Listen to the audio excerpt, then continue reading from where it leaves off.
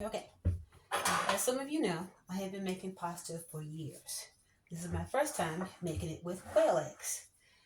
I usually use semolina and flour in a mixture, and I usually use chicken eggs with chicken yolks, olive oil, and water. A little salt, and that's it. So this time I'm only going to do some locally grown and ground durum with a little pink salt. And this pink salt has kelp granules in it because pink salt does not have iodine and you need iodine. So this will be my first experience using quail. So get quail as fresh as you can get it. And I'm going to start with one and test it. Looks pretty good. So cute. Can you see that? I don't know. That's one. So instead of 3 eggs, I'm going to use 6 quail eggs.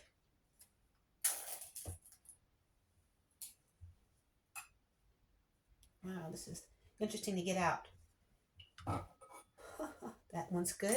They're all clean, of course, and I tested them anyway to make sure none of them were floating.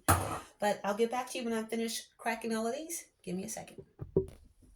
Okay, so instead of 3 chicken eggs, I have to do 3 times as much. So these are 9 quail eggs, and they are the cutest.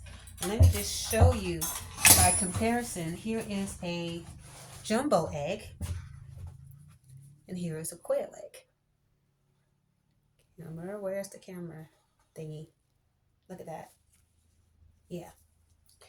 So I'm gonna go ahead and mix the salt in with the durum, semolina, flour. There we go. Get all that together. And I'm going to whisk these up. I know it's not the normal way it's done.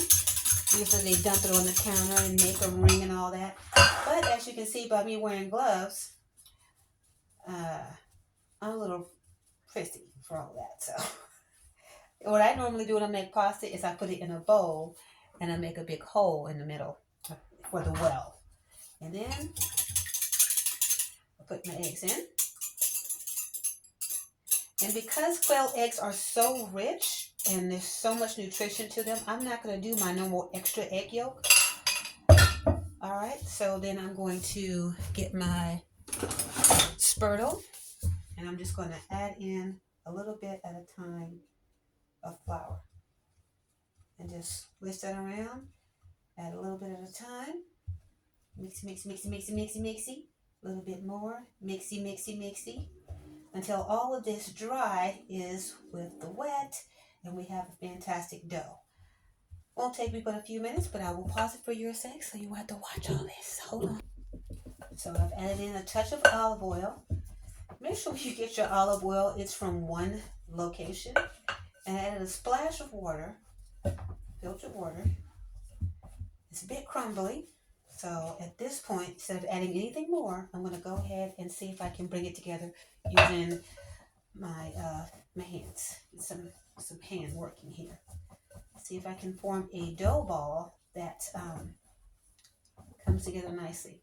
It's pretty crumbly. I'm going to keep working at it. And you can, after doing this for so long, I can kind of tell this is not going to be enough moisture for this to be what I want it to be. So another splash of water. Just a splash, maybe a tablespoon at a time, 1 or 2, until I get that ball of dough. And once I get that form, I'm going to let this sit for 20 minutes. But I want the dough to not only come together well, I want to be able to touch it without it being sticky. And see, from what I can see here, even with the water and the oil, this is still not quite enough. And I'm going to add, I'm going to add a couple more quail eggs to it because I really want this to be fantastic. Yep. And give you my testing container. I have a couple more eggs here. Already ready to go. What is this, upside down? What did I do? Upside down. You always test your eggs. Any eggs, even if they're from the grocery store, before you add them in with everything else. That one looks good. I'm going to put 2 more in here. These scissors really come in handy. Get all that goodness out of there. And of course, I'm not letting these eggs go away. I'm going to clean them. And I'm going to, come on down. Yep. I'm going to clean them, bake them for a little bit, and come on out. I want all of the goodness. Oh, that's a shell. How do you get a eggshell out with an eggshell? Take that same eggshell, comes right out. All right, these look pretty good. I'm gonna add these in here. Wait, was that another shell? Get out of there. All right, here we go. And we're going to, unless it's small enough to get out, we're gonna go ahead and mix that in there. It just needs to be a nice, almost sticky dough. A nice soft dough. Might even add a touch more oil. The beauty of making a pasta dough is there's so many different recipes, but you don't want something hard like this. You want it to be nice and soft. So I will add a little bit more oil and a little bit more water. And when I'm done deciding that it is what I want it to be, because you don't want it to be too wet, that makes it hard to, when it's time to get the dough cut, it makes it very, very heavy and thin, and you have to work so long at it. I don't want that. So let me take this off for a second, Paul. All right, and put this glove back on. Now you can use a lot of different things to make pasta. You can use rice flour. You can use 1-to-1 flour substitute. You can use all-purpose flour. I prefer to use one of the ancient grains. And sometimes I will mix it with maybe a little all-purpose flour, unbleached, unbrominated.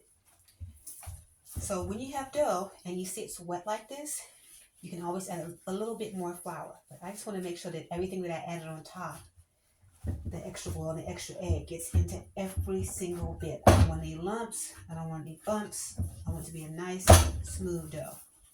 I'm sure I can do this better and easier on the board, but I don't really put anything on my board because, bacteria. Anyway, it's almost where I want it to be. I'm going to keep working it until it gets to the point where when I press my finger on it, it pops right back without any issue. And then I'm going to let it rest for about 20 minutes and let the gluten do its thing. Let it do its work. Let it be what it's supposed to be. This is still a little bit more wet than I would like. That's okay. I can always, when I put it on the table with the flour, it'll start to dry right then and there. But this is what I'm looking for. This is what I'm looking for right here. See that? And when I press my finger into it, it comes right back. This is the start. I'll come back. Actually, I'll just do a second video. Okay, so this is part 1. But look at these. Oh, they're so cute. Make sure you get them. You get fresh eggs, okay? And check them first in some water and make sure that they are not floating. If they float or if they stand straight up in the water, it's bad. If it lays on its side, when you put it in water, it's good. Okay, wait for the second video.